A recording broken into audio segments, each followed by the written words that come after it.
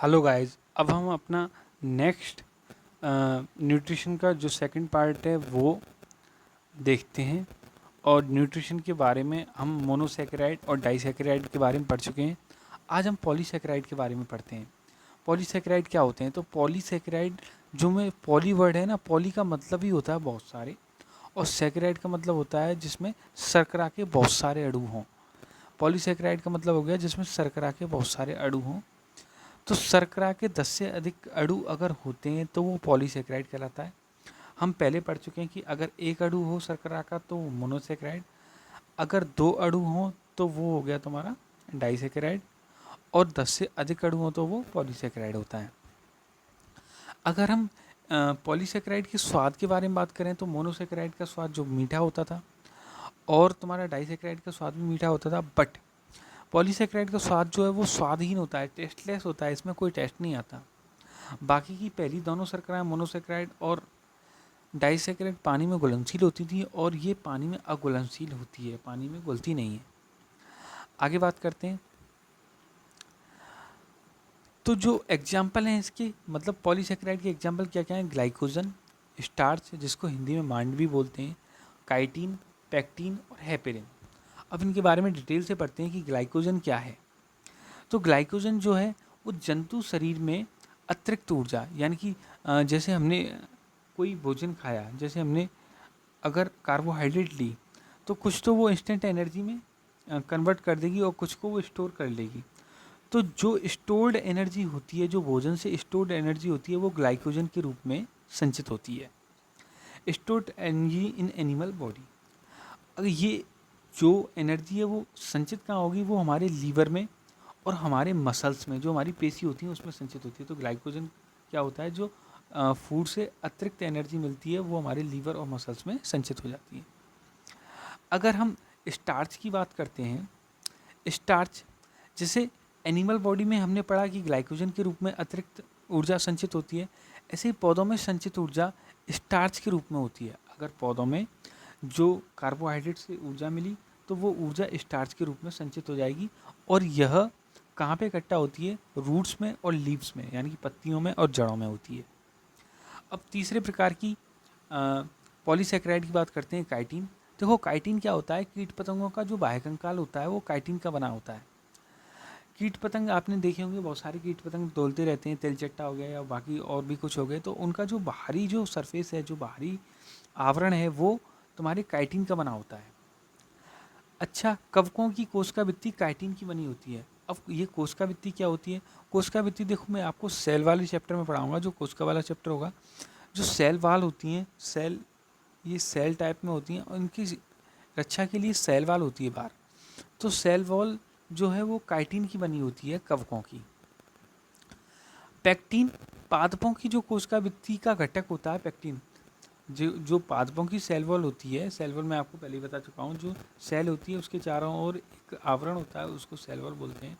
तो पादपों की कोशिका भित्ति का क्या होता है? घटक होता है पैक्टिन। एक बहुत ही इंपॉर्टेंट क्वेश्चन यहाँ से बनता है,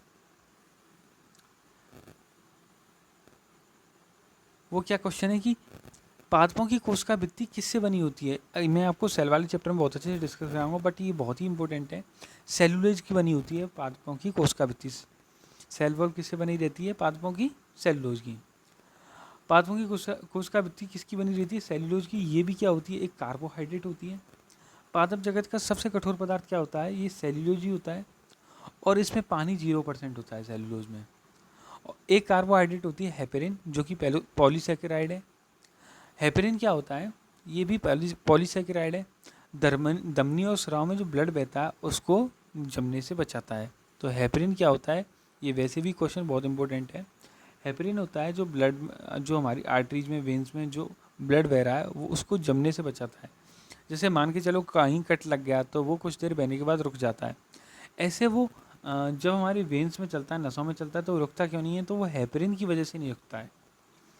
अब आगे बात करते हैं, कार्बोहाइड्रेट की बात खत्म होती है, अब आगे बात करते हैं विटामिन की। तो सबसे पहले विटामिन का इंट्रोडक्शन ले लेते हैं। विटामिन की खोज किसने की थी? कैसमीर फंक द्वारा 1911 ईस्वी में खोज की गई विटामिन की। अच्छा, विटामिन्स क्या होते हैं? जैसे कार्बोहाइड्रेट शर्करा होते हैं, शर्करा के अणु होते हैं, तो विटामिन जो है वो कार्बनिक यौगिक होते हैं, कार्बनिक कंपाउंड होते हैं। अच्छा, ये शरीर की जैविक क्रियाएं कराती हैं जो विटामिन होते हैं। शरीर की जैविक क्रिया का मतलब ये है श्वसन तंत्र, श्वास ले रहे हैं, रिप्रोडक्शन सिस्टम, प्रजनन तंत्र, तो शरीर की जितनी भी जैविक क्रियाएं जो रोज़मर्रा की काम है वो सारी विटामिन कराती हैं। इनके प्रकार की बात करें तो प्रकार दो टाइप्स के होते हैं इसमें विटामिन के। एक तो होते हैं वसा में घुलनशील जो फैट में सॉल्युबल हों, फैट में घुल जाएं, और एक जो पानी में अघुलनशील हों जो पानी में घुले ना। सॉरी, एक फैट में सॉल्युबल हों, एक पानी में घुलनशील हों। कुछ वसा में घुलनशील होती हैं और कुछ पानी में घुलनशील होती हैं। अच्छा, विटामिन की कमी से कौन सा रोग होता है? उसको अल्पता रोग बोलते हैं, डिफिशियंसी डिजीज बोलते हैं। विटामिन की कमी से होने वाले रोग को क्या बोलते हैं? अल्पता रोग। तो रोग के बारे में भी आगे डिस्कस करेंगे और इसके प्रकार वसा में घुलनशील और पानी में घुलनशील के बारे में आगे डिस्कस करते हैं। तो मैं आपको इसकी एक शॉर्टिक प्रोवाइड करता हूँ जो वसा में घुलनशील हैं। तो वसा में घुलनशील जो विटामिन हैं वो हैं कीड़ा, विटामिन के, विटामिन ई, विटामिन डी और विटामिन ए। ये सारी जो विटामिन है वो वसा में घुलनशील हैं, ठीक है। और जो जल में घुलनशील हैं वो हैं बी सी, यानी कि विटामिन बी और विटामिन सी। और विटामिन बी के एक फैमिली होती है जिसमें B1, B2, B3, B5, B4 नहीं होता, B6, B7, B8 नहीं होता, B9, B10 नहीं होता और B11 नहीं होता और B12। तो हमने क्या स्टडी किया? हमने ये स्टडी किया कि वसा में घुलनशील कौन सी होते हैं? कीड़ा। और जल में घुलनशील कौन सी होती हैं? B C. बी के परिवार क्या होती है? B1, B2, B3, 4 नहीं होता, B5, B6, B7, B8 नहीं होता, B7 और B9 होता है, 10 नहीं होता, 11 नहीं होता और B12 होता है। अब हम बात करते हैं इनके बारे में, डिटेल से बात करते हैं कि फैट में सॉल्युबल जो विटामिन है, जो वसा में घुलनशील विटामिन है, वो कीड़ा की बात करते हैं। तो सबसे पहले के लेते हैं, विटामिन के। तो इसका रासायनिक नाम है फाइलोक्विनोन। फाइलोक्विनोन इसका रासायनिक नाम है। इसके साधारण नाम जो हम जनरल नेम भी बोलते हैं, ब्लड क्लॉटिंग विटामिन बोलते हैं इसको, क्योंकि वो खून को, अगर हमारे शरीर में खून की विटामिन के की कमी हो जाएगी तो हमारे शरीर में खून का थक्का नहीं जमेगा, तो ये खून का थक्का जमाने में सहायक होती है। तो विटामिन को ब्लड क्लॉटिंग विटामिन भी बोलते हैं और हेमोफिलिक विटामिन भी बोलते हैं। हेमोफिलिक की एक रोग होता है, एक डिजीज होती है हेमोफिलिक, वो डिजीज होती है जिसमें खून का थक्का नहीं जमता है, तो हेमोफिलिक विटामिन भी इसको बोलते हैं। आगे बात करते हैं कमी से होने वाले रोग। विटामिन के की कमी से क्या क्या रोग होती है? बहुत ही इंपॉर्टेंट है, रुधिर का थक्का नहीं जमता है विटामिन के से। अगर हमारे शरीर में विटामिन के की कमी है तो हमारे ब्लड का क्लॉटिंग नहीं होगा। इसके अगर सोर्सेज की बात करें तो विटामिन के हमें हरी सब्जियां, मांस, दूध, तो हर एक विटामिन होती है मांस और दूध में, और केला, केला बहुत ही अच्छा सोर्स होता है इसका। अब आगे बात करते हैं विटामिन ई। विटामिन ई के रासायनिक नाम की बात करते हैं तो विटामिन ई को हम याद करेंगे टोकोफेरॉल। टोकोफेरॉल, अच्छा, इसका कॉमन नेम क्या होता है? इसका कॉमन नेम होता है ब्यूटी विटामिन। अगर इसको सौंदर्य विटामिन भी बोलते हैं। अगर हमारे चेहरे पे ग्लो आ रहा है, हमारे चेहरा निखर रहा है, तो कौन सी? Vitamin E. विटामिन ई के अलग से कैप्सूल भी आते हैं। विटामिन ई नहीं हो तो लड़कियां तो जिए ही नहीं। तो लड़कियों के चेहरे पे जो सौंदर्य आता है वो विटामिन ई होता है। विटामिन ई के ये अलग से कैप्सूल भी खाती हैं। और विटामिन ई का दूसरा नाम रिप्रोडक्टिव विटामिन भी होता है, क्योंकि रिप्रोडक्शन सिस्टम में बहुत ही ज़्यादा हेल्प करता है। विटामिन ई की कमी से क्या क्या रोग हो जाते हैं उसके बारे में डिस्कस कर लेते हैं। एक तो नपुंसकता। अगर पुरुषों में विटामिन ई की कमी है तो वो माँ बाप नहीं बन सकते हैं।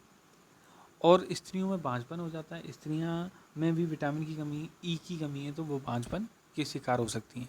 सोर्सेज की बात करें तो नारियल, जितने भी जो ताज़े फल हैं, जो पानी वाले फल हैं, वो सारी विटामिन ई। नारियल, तरबूज, खीरा, एलोवेरा, मांस। आपको पता है कि एलोवेरा, बहुत सारे सौंदर्य प्रोडक्टों में एलोवेरा का यूज़ किया जाता है क्योंकि इसमें विटामिन ई भरपूर मात्रा में होती है।